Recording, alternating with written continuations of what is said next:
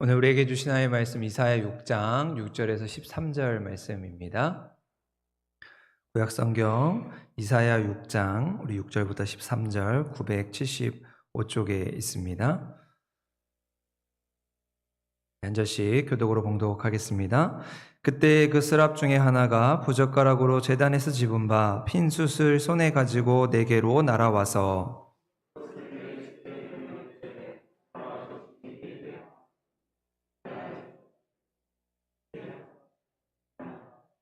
내가 또 주의 목소리를 들으니 주께서 이르시되 내가 누구를 보내며 누가 우리를 위하여 갈고 하시니 그때 내가 이르되 내가 여기 있나이다 나를 보내소서 하였더니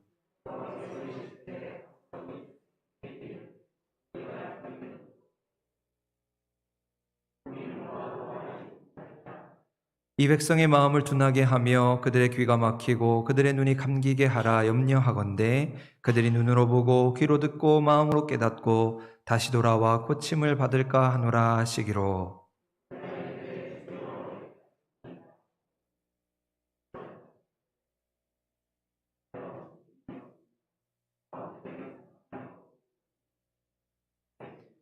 여호와께서 사람들을 멀리 옮기셔서 이 땅 가운데 황폐한 곳이 많을 때까지니라. 그 중에 10분의 1이 아직 남아있을지라도 이것도 황폐하게 될 것이나 밤나무와 상수리나무가 배임을 당하여도 그 구루터기는 남아있는 것 같이 거룩한 씨가 이 땅의 구루터기니라 하시더라. 아멘. 오늘 구루터기 신앙이라는 제목으로 이사야의 말씀으로 은혜를 나누고자 합니다. 영국의 한 일간지에서 가장 행복한 사람은 누구일까? 라고 하는 제목으로 행복의 정의에 대해서 설문조사를 했습니다. 사람들이 한결같이 이런 사람이 행복하다, 저런 사람이 행복하다, 그렇게 행복의 정의를 내리면서 설문에 참여했습니다. 그러면서 그 일간지는 사람들이 응모했던 그 답안들을 정리해서 몇 가지를 소개하고 있는데요. 그 중에서 크게 세 가지만 소개하면, 첫째는 모래성을 막 완성한 아이들의 기쁨입니다. 아이들이 바닷가에서 모래를 가지고 놀면서 성을 만들어 놓고 그 성을 막 완성했을 때, 계속 무너지고 무너지지만 그것을 완벽하게 완성했을 때 환호하면서 기뻐하는 그 어린 아이들의 모습, 그 가운데 진정한 행복이 있다고 설명을 합니다. 물론 그 모래성은 바닷물이 휙 하고 오면 금방에 휩쓸려 버릴 것이지만 그 순간만큼, 내가 이것을 이루었다라고 하는 그 순간만큼은 천하를 얻은 것 같은 행복을 느낀다고 이야기합니다. 두 번째로는 자기 아기를 목욕시키고 난 어머니의 모습에서 행복을 찾을 수 있다고 이야기합니다. 아이들을 목욕시키고 나서 깨끗하게 티 하나 없는 그 자녀들의 모습을 보면서 기뻐하는 그 엄마의 모습, 그 가운데 행복이 있다고 이야기하는 것이죠. 우리 가정 안에서 자녀들의 모습을 보고 자녀들이 웃고 정말 건강하게 성장하는 모습을 보면서 그 흐뭇해할 수 있는 만족, 그것에 행복이 있다고 이야기합니다. 세 번째로는 아주 세밀한 그 공예품을 완성하고 나서 그것에 너무 만족하면서 휘파람을 부는 목공의 모습에서 행복을 찾을 수 있다고 이야기합니다. 자기가 계획했던 그 어떤 것을 하나 만들어 놓고 그 아름다운 작품 가운데 만족하며 기뻐하는, 그래서 너무 기분이 좋아서 휘파람을 불고 있는 그 목공의 모습 속에 행복이 있다고 설명합니다. 그러면서 이 신문은 쭉 그런 행복의 모습들을 설명하고 있는데요. 그 이야기를 보면서 결국 우리가 행복이라고 생각하는 것은 뭐 대단한 것이 아니고 엄청난 큰 것이 아니고 아주 작고 사소한 일을 소중히 여기면서 우리의 정신을 온갖 그곳에 집중할 때 그곳에 행복이 있음을 우리에게 알려주고 있습니다. 내가 살아가고 있는 지금 현재에 집중하면서 그곳에 최선을 다하고 그 속에서 행복을 발견하게 되는 것이지요. 때는 우리가 옛날을 그리워하면서 그때가 좋았는데, 옛날이 좋았는데 자꾸만 현재에 만족하지 못하고 과거로 시간을 돌리는 사람, 아니면 미래를 생각하면서 지금은 불행하지만 언젠간 행복할 거야, 언젠간 행복할 거야, 그러면서 현재를 불행하게 살아가는 사람들의 모습을 보게 됩니다. 그러나 진정 행복한 사람은 내가 살아가고 있는 지금 현재, 지금 여기에서 내가 만나는 사람, 내가 살아가는 이곳에서 행복을 느끼며 살아가게 되는 것이지요. 결국 중요한 것은 내가 누구냐 하는 것을 알아야 하고 내가 무엇을 위해 존재하는가를 알아야 한다는 것입니다. 지금 여기에 바로 오늘 이 시간 내가 누구인지 내가 무엇을 위해 살아가고 있는지를 발견할 때 바로 그 사람이 진정 행복한 사람이라는 것이지요. 오늘 말씀은 하나님께서 오늘 우리를 향하여 하나님의 거룩한 부르심의 자리로 초청하는 말씀입니다. 내가 누구인가? 나는 무엇을 위해 살아가고 있는가? 이 시대 속에서 그리스도인이라는 이름을 가지고 우리에게 하나님께서 한 사람 한 사람을 하나님의 귀한 도구로 사용하시고자 하는 그 부르심의 자리로 초청하고 있는 말씀입니다. 물론 그 부르심의 자리는 다 다를 수 있겠죠. 하나님께서 우리 각 사람에게 원하시는 바는 다 다를 수 있습니다. 그러나 중요한 것은 하나님께서 오늘 우리를 바로 지금 여기에 그 자리로 부르고 계신다는 사실입니다. 여러분, 그때 우리는 어떻게 응답하겠습니까? 오늘 말씀에 이사야 선지자는 주님, 제가 여기 있습니다. 나를 보내소서 응답하면서 그 부르심의 자리로 나아가고 있습니다. 오늘 우리가 읽었던 우리 8절 말씀인데요. 너무 유명한 말씀이죠. 우리 이사야의 소명을 다루는 말씀인데 우리 8절 말씀 화면에 보시고 한 번 더 같이 읽겠습니다. 시작. 내가 또 주의 목소리를 들으니 주께서 이르시되 내가 누구를 보내며 누가 우리를 위하여 갈꼬 하시니 그때 내가 이르되 내가 여기 있나이다 나를 보내소서 하였더니. 여러분, 그렇게 이사야 선지자는 하나님의 부르심 앞에 하나님, 제가 여기 있습니다. 내가 주님의 도구가 되어서 주님을 위해 일하겠습니다 고백하는 것을 보게 됩니다. 그런데 사실 이사야가 이렇게 하나님의 부르심을 받았던 시기는 매우 어지럽고 혼란스러운 그런 상황이었습니다. 오늘 우리가 읽지는 않았지만 1장 제일 첫 부분 1절 말씀에 보면 우시야 왕이 죽던 해라고 하면서 이사야가 부름받던 시대의 상황을 이야기하고 있습니다. 그러니까 이사야가 하나님의 부르심을 받았던 시기는 한 나라의 왕이 죽고 이제 새로운 왕이 등극하는 그런 시기에 이사야는 부르심을 받았습니다. 그러면서 많은 것들이 변화되고 정치, 사회, 종교적으로 볼 때 국가가 큰 위기에 빠진 그런 상황이었던 것이지요. 정치 외교적으로 보면 우리가 잘 알듯이 이스라엘이 남과 북으로 나눠져서 남유다와 북이스라엘이 서로 대치하고 있는 그런 상황이었습니다. 북쪽의 이스라엘은 그 옆에 나라인 아람이라고 하는 나라와 동맹을 맺어서 호시탐탐 어떻게 하면 저 남쪽을 공격할 수 있을까? 그 공격을 노리고 있었습니다. 그러니까 위기에 처한 남유다는 그 북쪽에 있던 아수르의 힘을 의지해서 안전을 도모하려고 했습니다. 요즘 저희가 수요 성경 공부 시간에 우리 열왕기 왕들의 역사에 대해서 배웠는데 우리 남유다의 왕들을 보면 그 이사야가 살았던 시대에 우시야, 요담, 아사랴, 히스기야 이런 왕들의 시기를 보냈습니다. 똑같은 시기에 북쪽의 이스라엘 왕들을 보면 스가랴, 살룸, 브나임, 부가이야, 베가, 호세야 하면서 이 북이스라엘의 마지막 왕이었던 호세아를 통해서 한 나라가 멸망으로 치닫는 그런 상황 가운데 있었던 것입니다. 그러니까 지금 북쪽 이스라엘의 나라의 운명이 기울어 가져가는 그런 시대 속에서 남유다가 그와 함께 대치하고 있는 그런 위기의 상황이었던 것이지요. 여러분, 또 앞서 말씀드렸던 이 우시야라고 하는 왕이 이사야 시대에 살았는데 이 우시야 왕은 남유다를 52년 동안이나 다스렸습니다. 그러니까 아주 긴 시간, 다윗이나 솔로몬도 40년을 다스려서 아주 길게 다스렸다고 이야기하는데 52년 동안 다스렸으니까 정말 긴 시간 동안 이 우시야 왕이 남유다를 다스리게 되었습니다. 근데 우시야 왕이 처음에는 하나님 보시기에 정직하고 선한 왕이었지만 시간이 지나면서 악을 행하고 우상 숭배를 일삼으면서 하나님의 심판을 받게 됩니다. 그리고 결국 최후에는 문둥병에 걸려서 비참한 결과를 맞이하게 됩니다. 한 나라의 왕이 그 모양이니까 유다 전국이 평안할 리가 없었습니다. 곳곳에서 문제가 터지고 위기의 상황에 처하게 된 것입니다. 그럼 이처럼 이사야가 살았던 시대는 그야말로 격동의 세월이었습니다. 매우 혼란스러운 상황이었던 것이지요. 그런 시대의 모습을 이사야 1장에서 아주 자세히 설명하고 있는데요. 1장 23절에 보면 그 시대를 이렇게 표현합니다. 내 고관들은 패역하여 도둑과 짝하며 다 뇌물을 사랑하며 예물을 구하며 고아를 위하여 신원하지 아니하며 과부의 송사를 수리하지 아니하는도다. 하나님께서는 그 시대의 지도자들이 부패하고 타락하여서 하나님의 공의와 법도를 거스르고 있다고 이사야를 통해 지적하고 있습니다. 자기들의 배만 불리고 정의가 사라진 그 백성들과 그들의 지도자들을 보면서 슬퍼하시는 그 하나님의 마음을 이사야 선지자를 통하여 선포하고 있는 것이지요.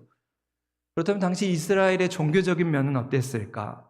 이렇게 어려운 때일수록 믿는 자들이 깨어서 하나님 앞에 기도하고 앞장서서 시대를 이끌어야 했던 그 종교인들, 종교 지도자들도 마찬가지로 부패하고 타락해서 그 죄악이 크게 달했음을 이사야는 말씀하고 있습니다. 마찬가지로 1장 12절에서 이렇게 이야기하는데요. 너희가 내 앞에 보이러 오니 이것을 누가 너희에게 요구하였느냐? 너희는 내 마당만 밟을 뿐이니라 라고 말씀하고 있습니다. 그들이 재물을 가지고 큰 재물을 가지고 하나님 앞에 나왔지만 하나님은 그들의 재물을 받지 않으시고 그저 너희는 내 마당만 밟을 뿐이다 라고 그렇게 그들을 책망하는 것이죠. 형식만 남은 껍데기에 불과했던 그 종교인과 종교 지도자들의 모습을 책망하고 있는 것입니다. 그들은 성전에 가서 재물만 드리고만 하면 내 의무를 다한다. 그렇게 착각했던 것이지요. 그리고 하나님은 그런 자들을 책망하시면서 경고의 말씀을 선포하고 있습니다. 그러면 이것은 당시 이사야 시대에 내 자리만 지키고 있으면 내가 유대인이요 하고 그렇게 말만 하면 구원이 보장된다고 생각하는 당시 이스라엘 백성들을 향해 선포된 경고의 말씀이자 심판의 말씀인 것이지요. 이러한 시대 속에서 이사야 선지자는 그 위기의 현실을 직시했습니다. 하나님 앞에 나와서 자기 민족의 미래를 위해서 생각하고 기도하며 하나님의 말씀에 귀를 기울인 것이죠. 그때 하나님께서 이사야 선지자에게 나타나셔서 직접 그를 부르고 있는 것입니다. 그렇다면 이사야가 특출난 사람이었기 때문에 하나님의 부르심을 받은 것일까? 그러면 이사야의 말씀을 보면 이사야는 그렇게 특출난 사람이 아니었습니다. 그렇게 완전한 사람도 아니었습니다. 이사야 역시 문제가 많고 여전히 부정과 부패 속에서 살아가고 있는 다른 사람들과 똑같은 사람이었던 것이죠. 그래서 6장 5절 말씀에 보면 이사야는 자신의 삶을 이렇게 고백합니다. 나는 입술이 부정한 사람이요 나는 입술이 부정한 백성 중에 거주하면서 만군의 여호와이신 왕을 배웠습니다. 나 역시 입술이 부정한 채로 살아가면서 하나님을 배웠고 내가 하나님을 믿는다고 그렇게 살아왔다고 고백하는 모습을 보게 됩니다. 하나님의 부르심 앞에서 자기 자신을 철저하게 확인하고 있는 것이죠. 입술이 부정한 사람, 다른 사람들과 마찬가지로 여전히 거짓을 행하고 악을 행하고 있는 자신의 모습을 발견하게 됩니다. 그런데 성전에 나와 예배하는 그 어느 날 이사야는 전적으로 새로운 경험을 하게 되는 것이죠. 매번 드나드던 성전이었는데 그날도 똑같이 들어가서 성전에 나가서 하나님께 예배하고 있는데 그 귀로만 들었던 하나님이 눈앞에 나타나신 것입니다. 늘 머리로만 이해했던 하나님께서 그의 가슴을 찌르는 거룩한 분으로 다가오시게 된 것이지요. 여러분, 이것이 이사야가 하나님을 만나는 특별한 경험이었습니다. 그리고 이사야는 그 하나님을 만나면서 자신의 죄악의 깊이를 깨달았습니다.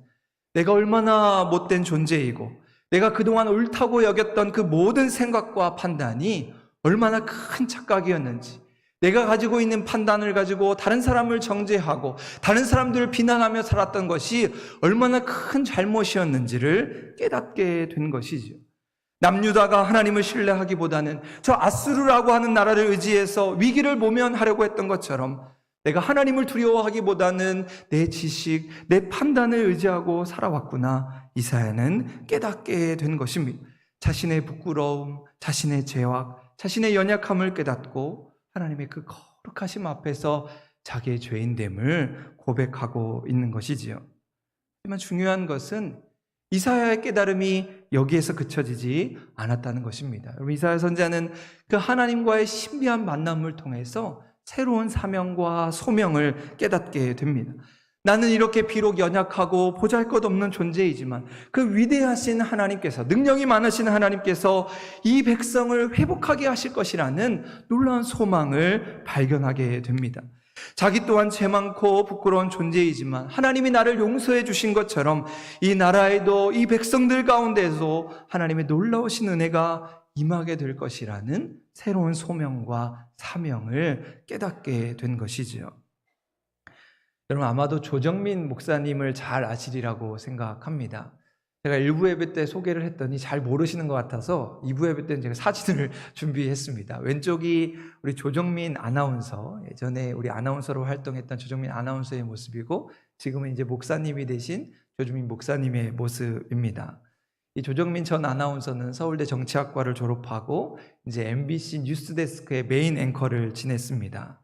그러면서 이 조정민 아나운서는 자신의 뛰어난 실력을 바탕으로 이제 MBC 사장직에까지 오르면서 많은 이들의 주목을 받았고, 이제 급기야 정치에까지 입문을 하면서 당시에 통합민주신당의 그런 대표 주자로 여겨지면서 세간의 주목을 받았습니다. 근데 어느 날 이제 새벽에 골프 연습을 하러 나가게 되었는데, 그날따라 이 골프장 문이 잠겨 있었습니다. 문을 닫게 된 것이죠. 그래서 집으로 돌아가려고 하는데 문득 그 새벽 기도를 나간 아내가 생각이 났습니다.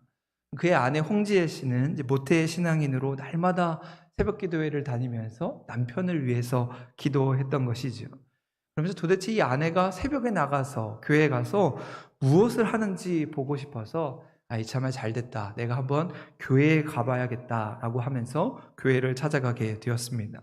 근데 교회에 들어서는 순간 깜짝 놀란 것이죠. 그 새벽에 예배당을 가득 채운 사람들이 모여서 큰 소리로 울면서 기도를 하고 크게 노래를 부르고 소리를 지르는 사람들로 가득 차 있었기 때문입니다. 그래서 순간적으로 여기가 사이비 집단이구나, 내가 이곳을 자맹 취재해서 카메라 출동에 내보내야겠다, 그런 마음이 들어서 내가 일주일 동안 이 사람들이 과연 어떤 사람들인가 한번 취재를 해봐야겠다라는 마음으로 일주일간 새벽 기도회를 다니게 되었습니다. 그러면서 목사님이 설교에 이상한 말은 하지는 않는지 열심히 받아 적기도 하고, 교인들이 기도할 때 무슨 내용으로 가지고 기도하는지 엿듣기도 하고, 사람들의 태도를 이렇게 살펴보면서 일주일간 새벽 기도를 다녔습니다. 그런데 사람들이 이상한 사람들이 아니니까 이상한 것을 찾지 못했습니다. 그런데 나흘째 되던 날, 이제 성도들이 찬송가 539장 너 예수께 조용히 나가라는 찬송가를 부르는데, 그때 아주 놀라운 경험을 하게 됩니다. 여러분, 찬송가의 가사가 이렇지요. 너 예수께 조용히 나가 내 모든 짐 내려놓고 주 십자가 사랑을 믿어 죄사함을 너 받으라. 주 예수께 조용히 나가 내 마음을 쏟아놓으라. 늘 은밀히 보시는 주님 큰 은혜를 베푸시리. 그렇게 성도들이 부르는 찬송가를 듣고 있는데, 찬송가의 가사처럼 내 모든 짐을 내려놓으라, 내 마음을 쏟아놓으라, 큰 은혜를 베푸신다, 이런 가사를 듣는 중에 자신도 모르는 사이에 눈물이 폭포수처럼 쏟아져 내렸다고 합니다. 그러면서 지난날 방탕하고 교만했던 자신의 모습이 마치 주마등처럼 지나가면서 자신의 그 모든 무거운 짐을 대신 져주시는 주님을 경험하게 된 것입니다. 그러면서 자신의 모습을 돌아보니 날마다 얼마나 술에 취해서 추하게 살아왔는지, 자신의 권력을 믿고 얼마나 교만하게 살았는지, 자신도 그렇게 죄 가운데 살아가면서 세상을 탓하고 내가 이 세상을 고쳐보겠다고 얼마나 거만하게 행동을 했는지 자신의 민낯을 보게 된 것입니다. 그럼에도 불구하고 너무나도 그 공허했던 마음, 참 기쁨과 평강이 없어 그렇게 허둥대며 살아왔던 자신의 모습을 신랄하게 보게 된 것이지요. 그리고 그때부터 교회를 다니기 시작했습니다. 매일 마시고 피우던 술과 담배를 끊어버리고 예배에 빠지지 않고 참석하면서 성경 공부를 하게 된 것이지요. 그러면서 그 가운데 하나님의 은혜가 충만하신 인도하심을 경험하게 됐습니다. 그러면서 스스로 결단하고 다짐한 것이죠. 내가 이제 평생 주를 위해 살리라. 이 영원한 영광의 나라를 바라보면서 그 나라를 위해 몸바쳐 살겠다고 다짐하게 된 것입니다.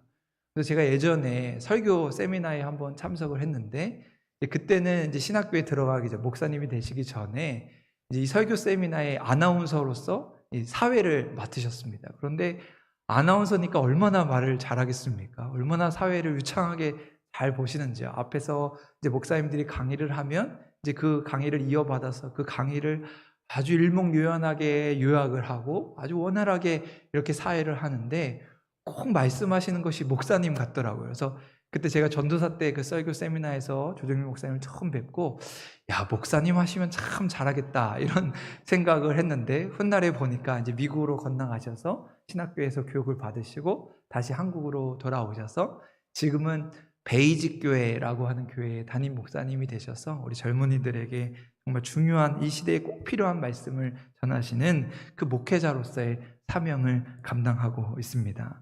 여러분, 오늘 우리도 그렇게 이사야가 경험했던, 또 우리 조정민 목사님이 경험했던 그 거룩함의 자리에서, 하나님과 만남의 자리에서 이 놀라운 은혜를 누리는 삶이 될 수 있기를 간절히 소망합니다.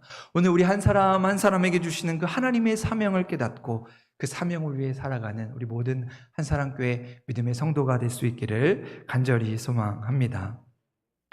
그렇다면 오늘 말씀에서 이사야가 깨달았던, 하나님을 만났을 때 하나님이 보여주셨던 그 새로운 사명이란 무엇일까? 그것이 오늘 우리가 읽었던 13절의 말씀인데요. 우리 화면을 보시고 한 번 더 같이 읽겠습니다. 시작. 그 중에 10분의 1이 아직 남아있을지라도 이것도 황폐하게 될 것이나 밤나무와 상수리나무가 배임을 당하여도 그 구루터기는 남아있는 것 같이 거룩한 씨가 이 땅에 구루터기니라 하시더라. 아멘.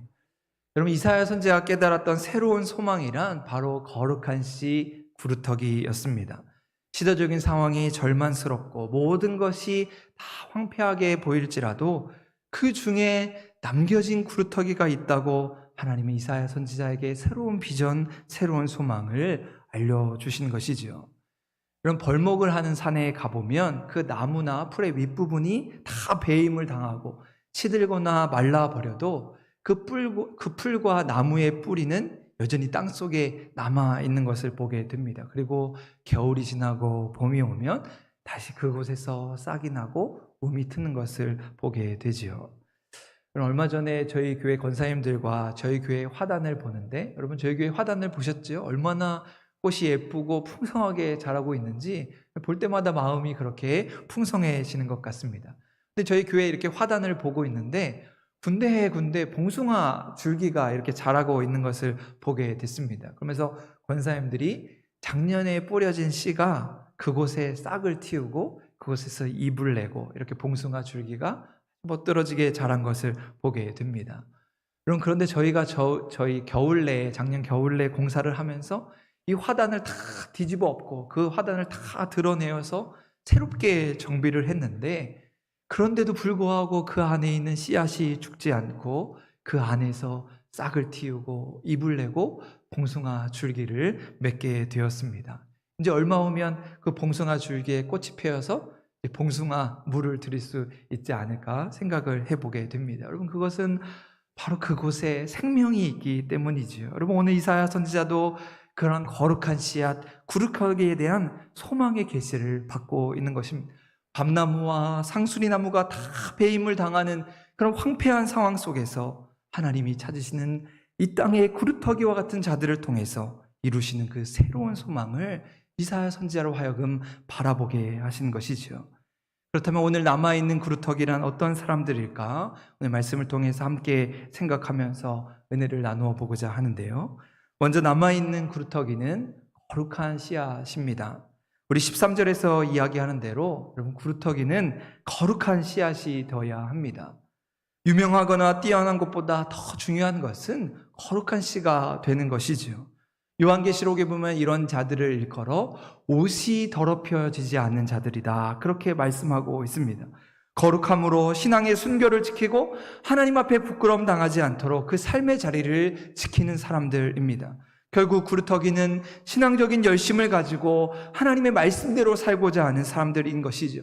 어두운 밤에 비춰진 등불처럼 신앙의 등불, 양심의 등불, 기도의 등불을 켜고 악에 물들지 않고 오염되지 않는 거룩한 하나님의 사람들인 것입니다. 그리고 성경에 보면 하나님은 시대마다 그러한 구루터기를 사용하셨지요.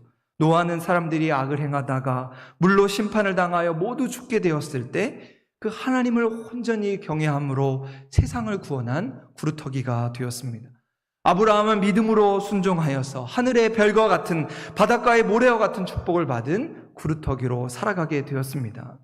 여러분, 요즘 새벽마다 말씀으로 묵상하고 있는 열왕기의 말씀을 보면 엘리야의 시대에도 이런 구루터기들이 있었습니다. 모든 사람들이 타락하여 부패하면서 바알 우상에게 절하고 있을 때, 사회 질서가 무너지고 모두가 하나님을 떠난 것 같은 시대에 하나님은 엘리야 선지자를 통하여 홀로 싸우지 않게 하시고 바알에게 무릎 꿇지 않은 7,000명을 남겨두셨다고 성경은 말씀합니다. 그리고 그 남겨진 기도의 용사들을 통하여 새로운 시대를 꿈꿀 수 있게 하신 것이죠. 그 남아있는 구루터기가 거룩한 씨앗이 되어 그것이 땅에 심겨지고 그것이 열매를 맺어서 새로운 세대의 희망이 될 수 있었던 것입니다. 그럼 저는 그것이 하나님의 철저한 사랑이라고 생각합니다. 다 베어버릴 수 있지만, 다 불태워버릴 수 있지만, 다 죽여버릴 수 있지만 하나님은 그 거룩한 자들을 보시면서 그들을 통해 그 구루터기의 소망을 남겨두신 것이지요. 여러분, 오늘 이 자리에 앉은 우리 모두가 그 거룩한 씨, 구루터기가 될 수 있기를 간절히 소망합니다. 기도의 자리에서, 내가 처한 삶의 자리에서 그 거룩함을 잃어버리지 않고 하나님께서 우리에게 대한 그 사랑과 은혜를 포기하지 않도록 날마다 힘쓰고 달려가는 그 구루터기의 신앙을 가진 믿음의 성도가 될 수 있기를 간절히 소망합니다. 두 번째로 남아있는 구루터기는 고난을 극복한 사람들입니다. 여러분, 구루터기로 남겨졌다고 하는 것은 너무나도 암담하고 우울한 상황을 이야기하는 것이죠. 에스겔의 마른 뼈 골짜기처럼 내 주변의 것들이 다 배임을 당하고 주변의 상황이 다 황폐해지는 그런 상황 가운데서 나 홀로 구루터기로 남겨졌다는 것은 너무나도 참담한 상황을 이야기해 주고 있습니다. 그런 고난과 환난을 극복하고 겨우 남은 것이 구루터기인 것이지요. 그래서 로마서 말씀에 보면 이렇게 말씀하지요. 현재의 고난은 장차 우리에게 나타날 영광과 비교할 수 없도다. 지금 현재의 고난을 이겨낸 구루터기가 그 영광의 순간을 맞이할 수 있다고 말씀하고 있습니다. 여러분, 그런데 때로 보면 우린 고난에 관심이 없고 너무나 큰 영광, 기쁨만을 누리려고 할 때가 있는 것 같습니다. 한국교회가 어렵다는 말을 참 많이 하는데 한국교회가 왜 어려운 것입니까? 그 속에 영광만을 누리는 사람들이 있기 때문입니다. 초대교회는 이미 기독교가 순교와 박해의 종교였던 것이지요. 그 고난의 순간에 남아있는 구루터기가 그 자리를 지키고 믿음을 지켜서 새로운 신앙을 지켜서 다음 세대로 연결된 것입니다. 물론 지금 한국교회가 초대교회와 같이 순교와 박해를 요구받는 상황은 결코 아닙니다. 하지만 저는 한국교회가 또 다른 차원의 순교를 요구받고 있다고 생각합니다. 그냥 단순히 육체적인 박해를 넘어서 또 다른 박해를 요구받고 있는 것이지. 기독교가 욕을 먹고 손가락질을 받고 배척을 당하는 시대적인 분위기 속에서 하나님은 오늘 우리에게 구루터기와 같은 신앙을 요구하고 있습니다. 코로나의 상황을 겪으면서 많은 이들이 교회를 떠나고 예배의 자리가 무너지고 기도의 자리가 무너져 내버린 이러한 상황 속에서 하나님은 알곡과 가라지를 구분하시면서 오늘 우리에게 구루터기의 신앙을 요구하고 있는 것이지요. 그렇다면 이러한 시대에 우리는 무엇을 할 수 있겠습니까? 여러분, 일본의 소설가 엔도 슈샤쿠의 소설 침묵이라는 소설을 잘 아시리라 생각합니다. 일본 선교의 현장에서 순교의 모습을 그리고 있는 그런 소설입니다. 이 소설은 하나님의 침묵이라고 하는 주제를 다루고 있습니다. 하나님이 이렇게 어려운 상황인데, 많은 이들이 순교의 현장에서 죽임을 당하고 고난을 당하고 있는 상황인데 하나님 도대체 무엇을 하고 계시는 것입니까? 하나님, 이렇게 어려운 상황에서 왜 도대체 침묵하십니까? 침묵이 응답입니까? 절규하는 목소리를 들을 수 있습니다. 그럼 그럴 때 정말 하나님은 우리가 이렇게 어려움을 당할 때 침묵하시는 것일까? 우리가 고난의 현장에서 밤나무와 상수리가 배임을 당하는 그 고난의 자리에서 하나님은 도대체 무엇을 하고 계시는 것일까? 특별히 이 소설에서 이 로드리고 신부가 이 순교를 강요당하면서 계속해서 고문을 당하고 있는데, 그 중에서 그 예수님의 성화가 그려진 성화를 밟고 지나가면 살려주겠다고 하고, 그 성화를 밟지 않으면 죽임을 당하는 그런 상황 가운데서 이 극심한 그 고난의 상황 가운데 로드리고 신부의 마음속에 예수님의 목소리가 들립니다. 밟아도 좋다. 내 발의 아픔을 내가 제일 잘 알고 있다. 밟아도 좋다. 나는 너희에게 밟히기 위해 이 세상에 태어났고 너희의 아픔을 나누기 위해 십자가를 짊어진 것이다. 라는 예수님의 목소리가 들린 것이죠. 예수님의 성화를 밟아야 하는 그 아픔과 고난의 상황에서 함께 아파하고 계시는, 함께 십자가 지고 계시는 그 예수님의 음성이 그 신부에게 들려진 것입니다. 그러면서 하나님의 침묵에 대해서 이 소설이 알려주는 답은 다음과 같습니다. 하나님은 침묵하신 것이 아니라 우리와 함께 아파하시며 그 고통을 나누고 계셨다는 것입니다. 그러면서 그 고난을 극복한 그 구루터기에게 남겨진 메시지는 나뿐만 아니라 너무나 큰 고통을 당하고 있는 사람들을 위해 우리도 함께 예수님처럼 아파하며 기도하라는 메시지인 것이죠.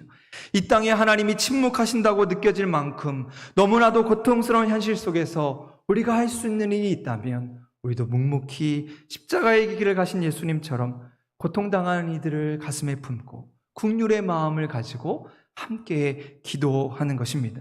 그러면서 이 시대의 아픔을 끌어안으신 하나님의 마음을 알아가는 것이지요. 그것이 오늘 우리 구루터기에게 주어진 사명인 것입니다.